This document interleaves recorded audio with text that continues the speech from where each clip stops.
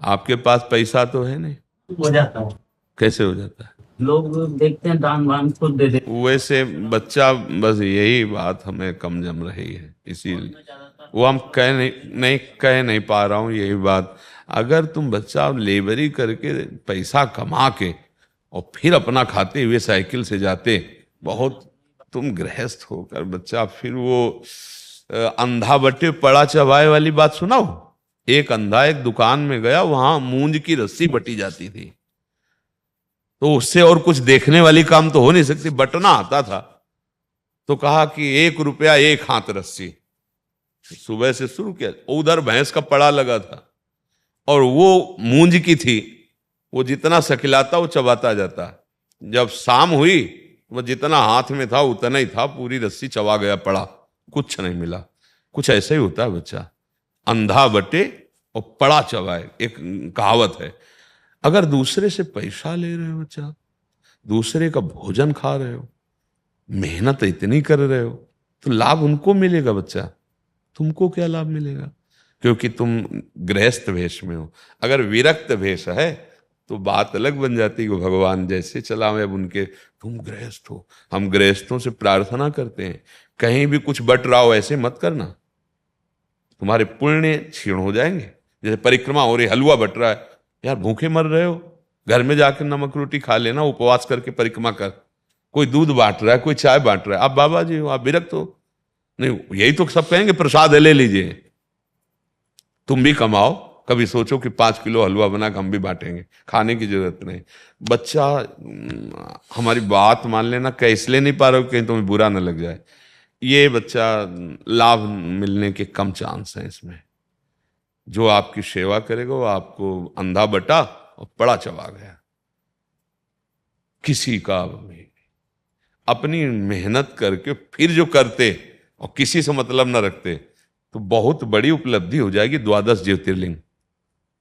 अब बचाए दान पुण्य की बात, तो तुम इस भेष में थोड़ा कम ठीक है। मार्ग है ना, प्रवृत्ति और निवृत्ति मार्ग। जैसे गृहस्थ आप जन हो, किसी आश्रम में जाओ, भोजन मिल जाए तो आप चाहे 50 रुपया दो, वहां दे दो चुपचाप, फ्री भोजन मत लो, फ्री सेवा मत लो, तो आप आए हो पुण्य प्राप्त करने के लिए, आपको प्राप्त हो जाएगा। अगर विरक्त है तो अब उसका आधार भगवान है, जैसे चलावें। आप लोग गृहस्थ हैं, तो गृहस्थ वेश में बच्चा हो, तो मुझे लगता है इसका सुधार कर लो। तो बड़ी मेहनत बड़ी कर रहे हो, अब बताना पड़ेगा ना आपको, हम 12 ज्योतिर्लिंग साइकिल से चल रहे हैं, अब हमारे पास व्यवस्था है नहीं, कहीं रहेंगे कहीं भोजन करेंगे, तो कोई दयालु ऐसा करेगा कि आपको पैसा दे देगा, भोजन दे देगा, पर वो फ्री नहीं, आप प्रकृति में कुछ भी फ्री नहीं, वो आपकी मेहनत ले लेगा, जो आप मेहनत कर रहे हैं ना। इसीलिए संत जन विरक्त भेष के तो अब भगवद आश्रित है। कपड़ा पहना दिया तो जय जय, हलवा मिल गया तो जय जय, नमक मिल गया, नमक रोटी तो जय जय, भूखा रहा तो जय जय, ऐसा चल। पर गृहस्थी में एक है, गृहस्थी के लिए शोभा नहीं देता। आप भले न करो लेकिन आप कहोगे, ऐसे क्यों तुम्हें कोई भोजन देगा?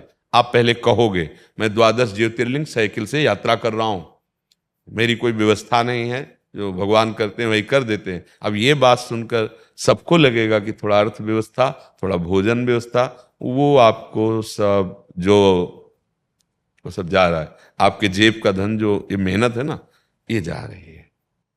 समस्त गृहस्थों से प्रार्थना है, कहीं भी आप तीर्थयाटन में जाएं, किसी का खाए नहीं। अगर आप पाते हैं तो उसका अनुपात देख लीजिए कि इतना आप कहीं खरीदेंगे तो कितने का मिलेगा। तो अगर आपकी नहीं सामर्थ्य है तो 100 की वस्तु है, 10 दे करके वो थोड़ा कम लेकर के काम चला लो।